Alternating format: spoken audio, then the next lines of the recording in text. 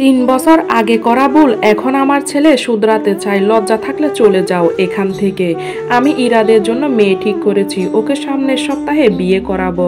একটা বিশ্বাস ছিল ইরাদ আমাকে ছাড়া আর কাউকে কখনোই ভালোবাসতে পারবে না, কিন্তু কালকে যখন ওকে বিয়ের কথা বলছিল ও চুপচাপ দাঁড়িয়েছিল। তাহলে কি ও চায় আমাকে ছেড়ে দিতে? আস্তে আস্তে ঘরে চলে আসলাম। কিছুক্ষণ পরে দেখি ইরাদ বাসায় এসেছে, কিন্তু ও ঘরে আসছিল না। আগে ইরাদ বাড়ি ফিরলেই আমাকে খুঁজতো। ইরাদ সব সময় কম কথা বলতো, তবে দিনে ৩-৪ বার কল দিত আমি কি করছি তা জানার জন্য। আর এখন সারাদিনে একটা কলও করে না। একদম কাটায় কাটায় 11টা বাজে তখন ইরাদ রুমে আসলো। এসে ফ্রেশ হলো। আমি জিজ্ঞেস করলাম খাবার দিব কিনা। সে কিছুক্ষণ চুপ করে থেকে বলল, রুহি তুমি কালকে তোমার বাসায় চলে যাবা, সকালে রেডি হয়ে নিও, আর হ্যাঁ সব কাপড় গুছিয়ে নিও। আমার আর বুঝতে বাকি রইল না। আমি আচ্ছা বলে সরে গেলাম। বারান্দায় বসে রইলাম অনেকক্ষণ, শুধু হাউ হাউ করে কান্না করলাম আর বারবার তাকাচ্ছিলাম যে ইরাদ যদি একটা বার আমার সামনে আসতো আমি ওকে জড়িয়ে ধরে হয়তো বলতাম তুমি আমাকে সত্যি ছেড়ে থাকতে পারবে, কিন্তু ও আসেনি। আমি তাহাজ্জুদ নামাজের পরে ঘরের সব কাজ করলাম। প্রতিটা ইটের কোণা আমার কত আপন, আমার কত স্বপ্ন আজ সব ছুটে যাচ্ছে। কিছুদিন পরে আমার জায়গায় নতুন কেউ আসবে, সবাই হয়তো আমাকে ভুলে যাবে, কিন্তু আমি কি করে ভুলবো সব? ইরাদের আর আমার সব কিছু আমি তো ভুলে থাকতে পারবো না। এসব ভাবতে ভাবতে ভোর হয়ে গেল। ফজরের নামাজ পড়ে আল্লাহকে বললাম, আল্লাহ পাক আমাকে সাহায্য করেন, আমি আর এই কষ্ট সহ্য করতে পারছি না। কিছুক্ষণ পরে গোসল করলাম। নিজেকে আয়নায় তাকিয়ে দেখলাম খুব বিধ্বস্ত দেখাচ্ছে। আম্মু আব্বু এই অবস্থায় আমাকে দেখলে কি ভাববে?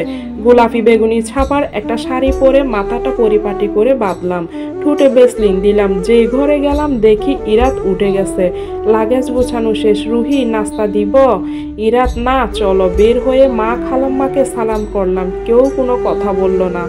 বাবা মাথায় হাত বুলিয়ে বলেন, সুখী হও মা। ইরাদ আর আমি গাড়িতে বসেছিলাম, নিজেকে অনেক প্রশ্ন উত্তরের জন্য তৈরি করছিলাম। মা বাবা ভাইয়া ভাবি সবাইকে কিভাবে কি বলবো এসব ভাবছিলাম, আর আমার কান্না পাচ্ছিল। গাড়ির গ্লাস খুলে বাইরের দিকে তাকিয়ে কান্না করছিলাম। কিছুক্ষণ পরে দেখি ইরাদ আমাদের বাসার দিকে না গিয়ে গাড়িটা অন্যদিকে অন্য রাস্তায় নিয়ে গেল। সেখানে না আমার বাসা না তার অফিস। 2 মিনিট পরে একটা বাড়ির সামনে এসে থামলো গাড়ি। ইরাদ বলল, রুহি নামো। আমি বললাম এখানে? ইরাদ বলল, আসো বলছি। ভিতরে যাওয়ার পরে ইরাদ বলল, আজ থেকে এটা তোমার বাসা, আমরা এখানেই থাকবো। আমি অবাক চোখে ওর দিকে তাকালাম। ইরাদ বলল, রুহি তুমি অনেক সহ্য করেছ, তুমি আমার বউ, তোমাকে আমি ভালোবাসি। তুমি একটা মানুষ, কোনো বাচ্চা জন্ম দেওয়ার মেশিন না। আমি অনেক চেষ্টা করেছি সবাইকে বোঝাতে, কিন্তু পারিনি। তাই আমি আমাদের জন্য আলাদা বাসা নিয়েছি। বাচ্চা না থাকলে আমরা দত্তক নিতে পারবো, কিন্তু তুমি না থাকলে আমিও থাকবো না। বিয়ের সময় ওয়াদা করেছিলাম আজীবন সাথে থাকবো, এত তাড়াতাড়ি কি ভুলে যাব?